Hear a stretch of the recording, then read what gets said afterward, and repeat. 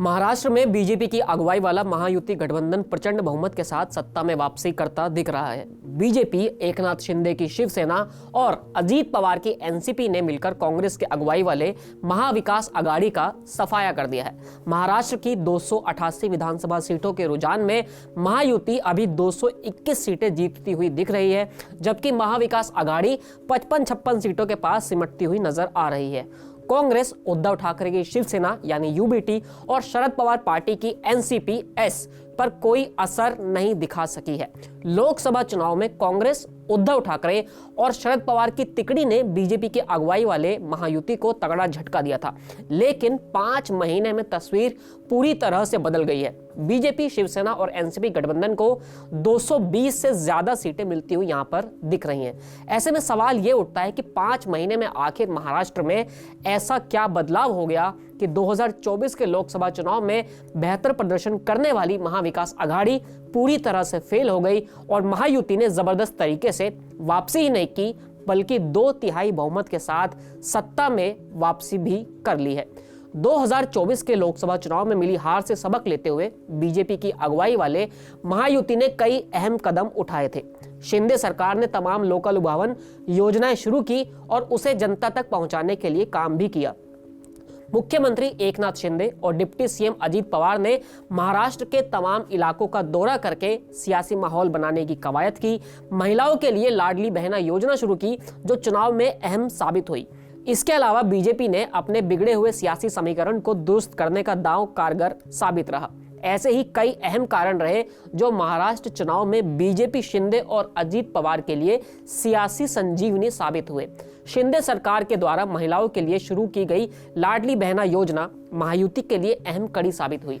लोकसभा चुनाव में मिली हार से सबक भी लिया गया और लोक लुभावन योजनाओं का आक्रामक प्रचार भी किया गया।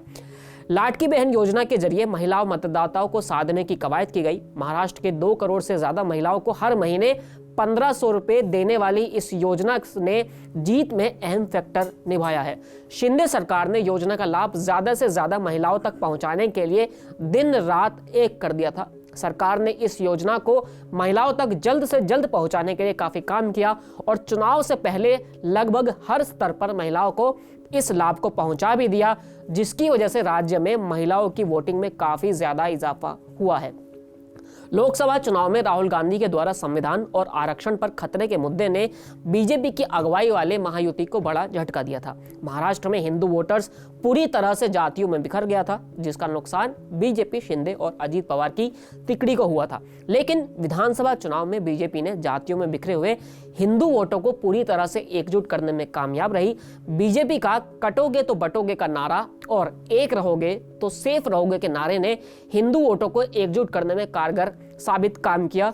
बीजेपी और उसके सहयोगी नेताओं ने अपने चुनाव प्रचार के दौरान वोट जिहाद का नैरेटिव भी सेट किया, जिसके जरिए यह बताने की कोशिश की गई कि मुस्लिम समुदाय ने एकजुट होकर लोकसभा चुनाव में बीजेपी के खिलाफ वोट दिया था। इसका भी असर विधानसभा चुनाव में होता हुआ दिख रहा था।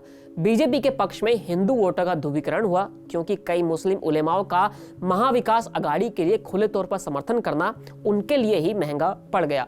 मराठा आरक्षण आंदोलन पर चुप्पी अख्तियार करने का दांव भी बीजेपी के लिए इस बार मददगार साबित हुआ। इसके चलते मराठा और ओबीसी दोनों को साधने में वो कामयाब रही है। राज्य में ओबीसी वोट पर बीजेपी और उसके गठबंधन ने काफी फोकस किया था।